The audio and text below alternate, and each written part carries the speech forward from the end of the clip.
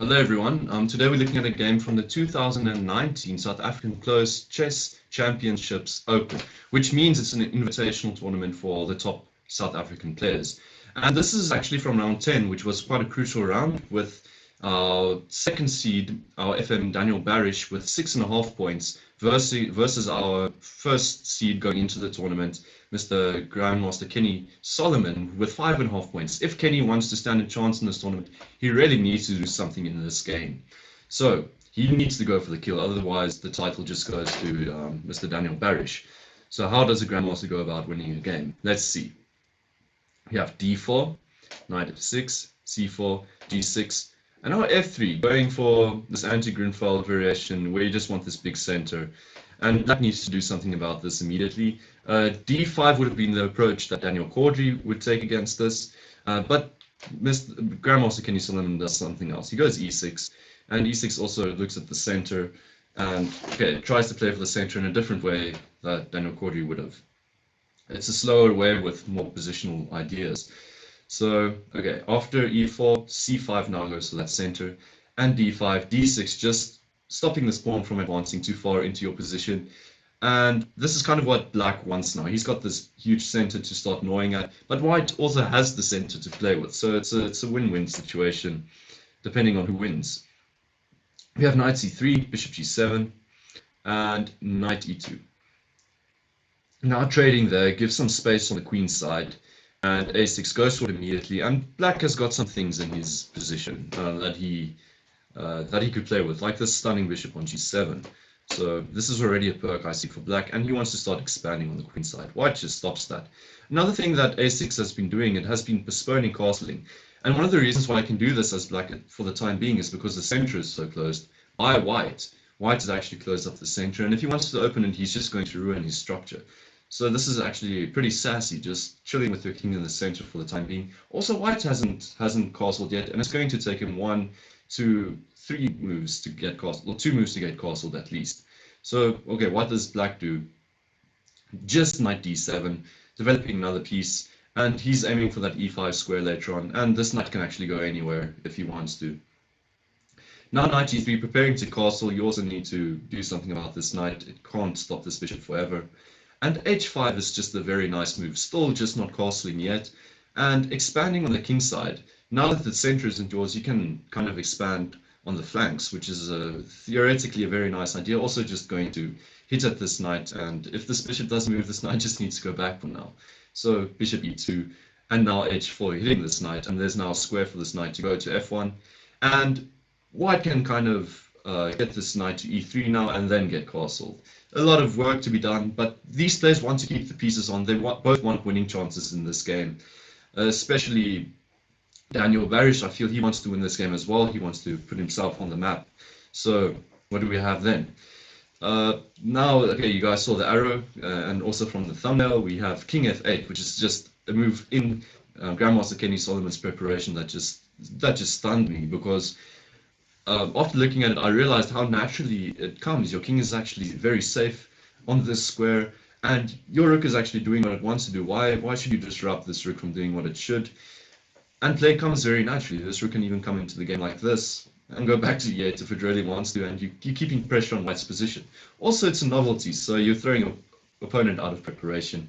And when you're playing for the win, this novelty is actually a nice one to have in store.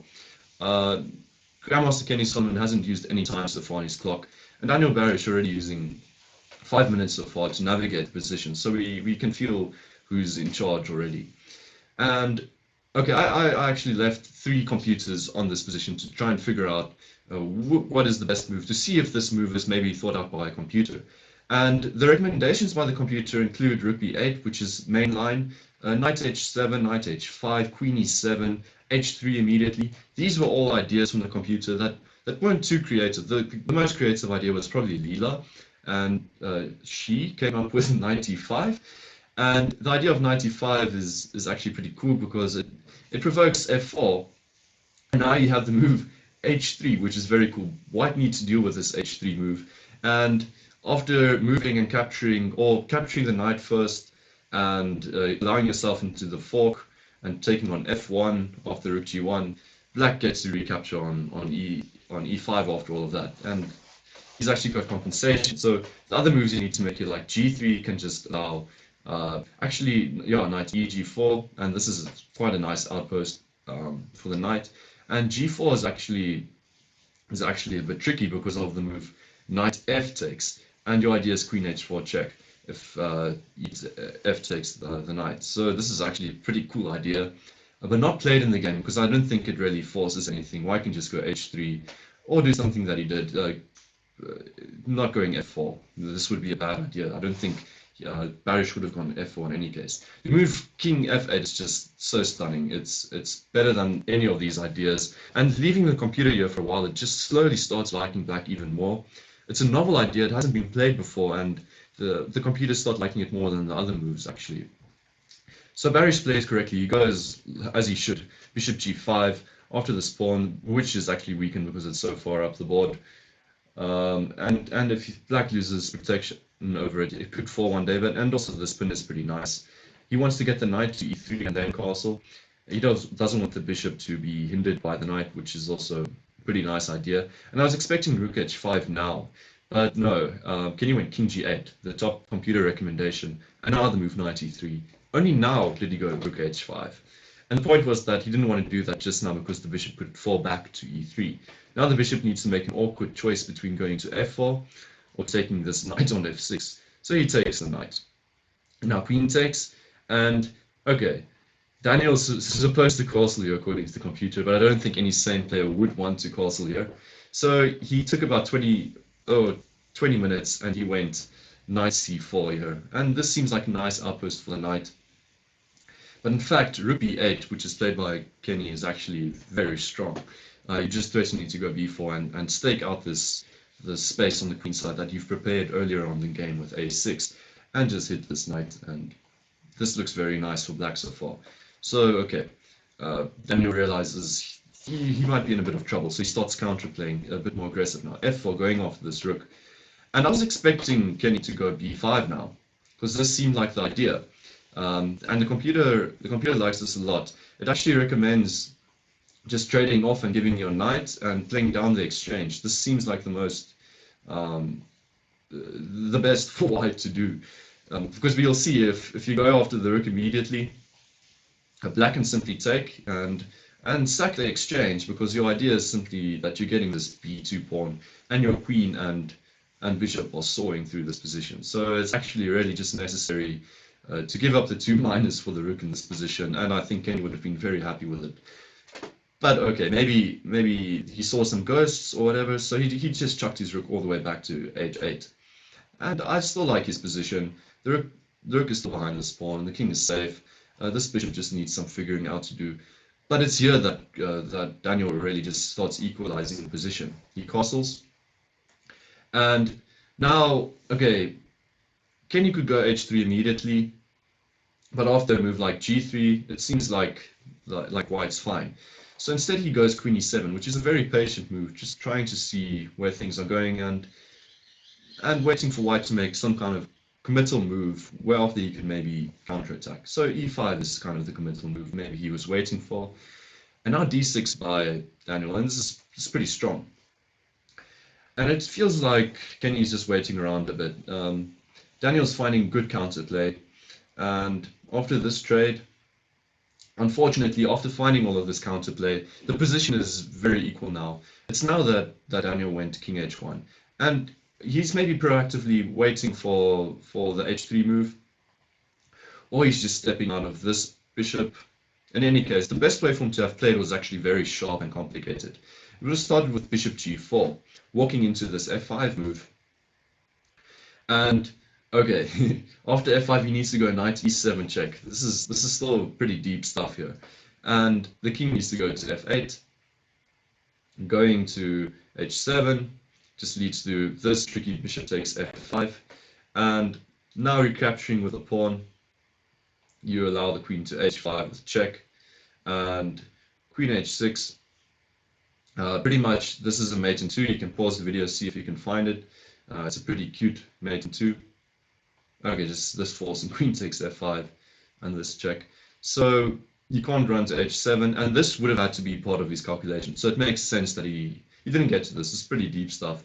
Bishop takes f5 would have had to be part if king h7. So black is fine, just making a draw. And white's actually supposed to just give up the knight here to make this draw. But yet again, makes sense that he didn't go for this. And okay, knight takes g6. The king continues going here, and we have this draw. There's a lot of reasons for it, but king h1 seems perfectly natural just to step out of all of these attacks. The complications of the bishop g4, and there aren't any other real moves playing for equality, are just bad. And this is actually a point I want to make in this video, is that the waiting around from Kenny is actually pretty sound, because he's not worsening his own structure. His moves are coming naturally. The defensive moves are like counter-attacking in these deep lines, don't come so naturally, and you can sometimes force your opponent to make a mistake in them. And king h1 is the mistake. And we see this very clearly after h3. And okay, what to do about h3 now? He goes knight takes f4, but now h takes pries the king out. You can't go knight takes because of queen h3 and it's game over. So king needs to come out of his safety hole there. Queen e4 check, you can't go bishop f3, now rook f3, and we see this coordination in white's camp is just terrible now. The knight is coming to e5, would have been a more aggressive idea, but knight f6 is just as good. You're not throwing away any advantage, and white's having a bad time defending this position. Bishop d3, queen d4, just still keeping the king here, and the pieces aren't coordinating yet.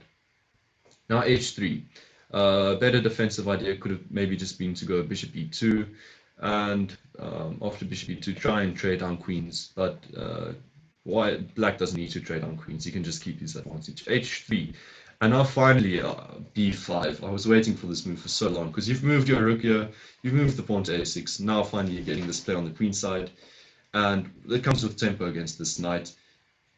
And luckily for you, your bishop is coming to b7 now, and it feels like all of black's pieces are working together in the position. This rook has also got a fundamental role of just looking over the 8th rank. Okay, it was also defending this pawn, which made this line proper. Now queen takes f4 before taking the rook, bishop e2, and okay, there were some forced mates here, but rook takes b5, final move of the game. Just to make a point, it's here that Daniel Barrish resigned. There's not really much to do. The king can even just step to h7. The passed pawn doesn't really do anything because of rook takes b2 as well, and you can probably just even sack the knight in some lines where you have a lot of counterplay. So yeah, just a great game with a stunning king f8 in the preparation.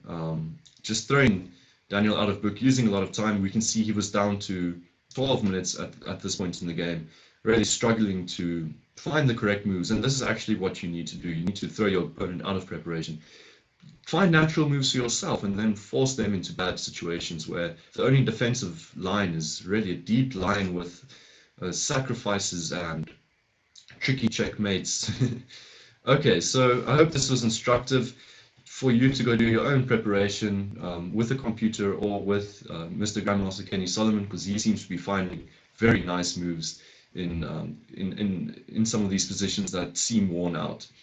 Thank you for watching. Please subscribe to the channel if you haven't done so, and then you'll keep up to date with all the newest South African chess games and events in South Africa. Okay, thank you.